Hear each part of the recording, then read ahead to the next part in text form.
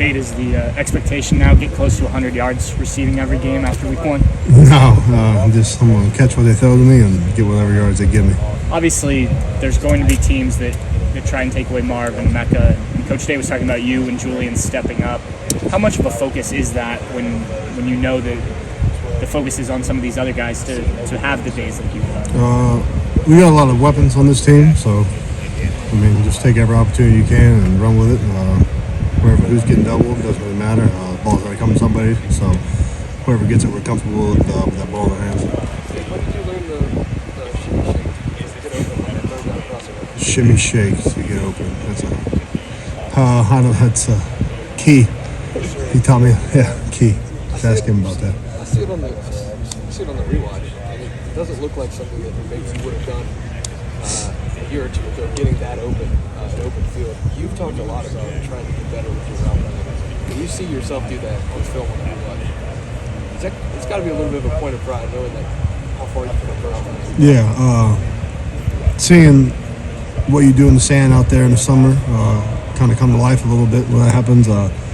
It's nice to see, but then again, if you do it one time, it really doesn't do you much good. So I'm going to just keep trying stacking them in. Do you remember being that open, as open as you were on the seam route? Do you remember a time when you were that open? That seemed like the most wide open Cade Stover's been as an Ohio State fan. Yeah, that was pretty. But that was a good play action play call. Got the linebackers a bite, so that's just I got put in a good position there to do well. Now being at Ohio State for many years now, do you think that your leadership has started to grow, especially on the offensive end? On the what?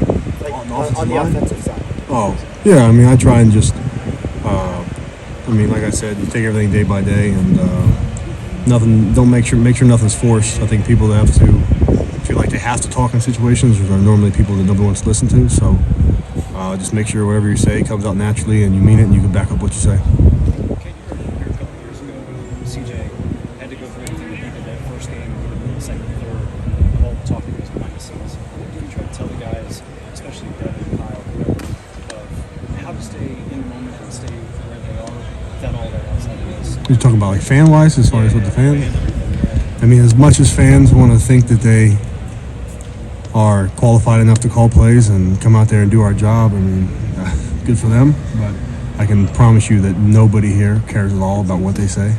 We appreciate all their support and everything else, but when it comes down to the X and O's about them talking about stuff, they don't see the thousands of reps that we're putting in, and Kyle and Devin and those guys are putting in.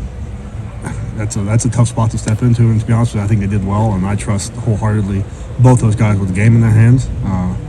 And I think for a start, that was awesome. I remember people calling for CJ's head when he first started that, and it's just, I'm going to keep my mouth shut about that. What does support look like for you, from the leadership of the team, for those guys? What do you say to them? Is it specific plays that you point out? No, there's nothing specific. It just all has to do with the makeup. They're here for a reason. They all have talent in the world, all the arm strength in the world, and sometimes, everybody's going to make a mistake. I'm going to make a mistake. Tommy's going to make a mistake. Marv, everybody's going to make a mistake at some point. And whether you want to or not, we're the ones that don't want to see it the most. But, it's just basically how many times can you maximize every good opportunity and stack high ground for low days. Cade, I know that none of you guys are kind of immune from that sort of criticism, but it probably is heightened for a quarterback. I don't know, put your arm around those guys or talk to them any extra because they're kind of dealing with it for the first time. Yeah, it's when we first deal with it, it's hard not to look at some of the stuff, I guess. But once you go through it and you realize that, some homeboy in his basement texting about him really doesn't matter what you're going to do on Saturday, and I can assure you that when we go in that game on Saturday, that we are not thinking about Johnny in his basement typing that, hey, you guys suck. Kyle seemed to really settle in the second half. Did you guys feel him start to settle into the game and kind of everything slow down for him? Yeah, I honestly felt like he was settling most of the game, to be honest with you. We got to protect a little bit better up front, and I think make things easier for him. But I think the situation that he had, I think he played a hell of a game, and I'm happy to see week 1 to week 2 strides and week 2 to week 3 strides, and from there on out. What goes into it? You've done this at multiple positions now for a lot of years. What goes into week 1 to week 2? Is there actually something that see from week 1 to week 2, or is it just naturally the thing comes slowing back down for everybody and not playing for anyone? When you don't play for that long, you kind of forget how to play a little bit first, to be honest with you. You kind of feel yourself back out, like, okay, like, am I as good as what I thought I was? Is this really going to work again? And then once you figure that out, I mean, then you just basically you keep stacking reps, you keep stacking days and games, and once you do that, and that's why week 1 and week 2 we were just talking about, is that's the biggest jump you're going to see in college football teams normally, because you get comfortable with who you are again, and then you can hone in on what, hey, this didn't work, or this did work.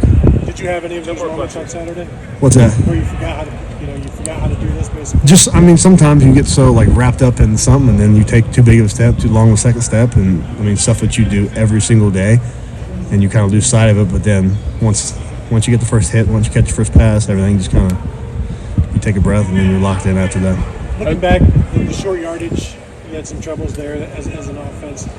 What did you see in film, and how do you fix that? We're just going to stay vertical. We got all the talent in the world, and I have all the confidence in the world in these guys. Like, no matter what anybody says, I mean, we got the right people in the room, we got the right people on the line. We're just going to come off the ball vertically, and that's all there is to it, short and simple, and let's get north to south. That was about as big of a goal as we've seen from G. What did you make of kind of how he played and what he did to earn that spot?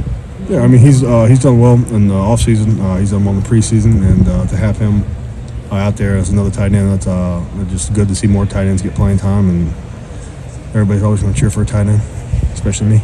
Cade, thank you.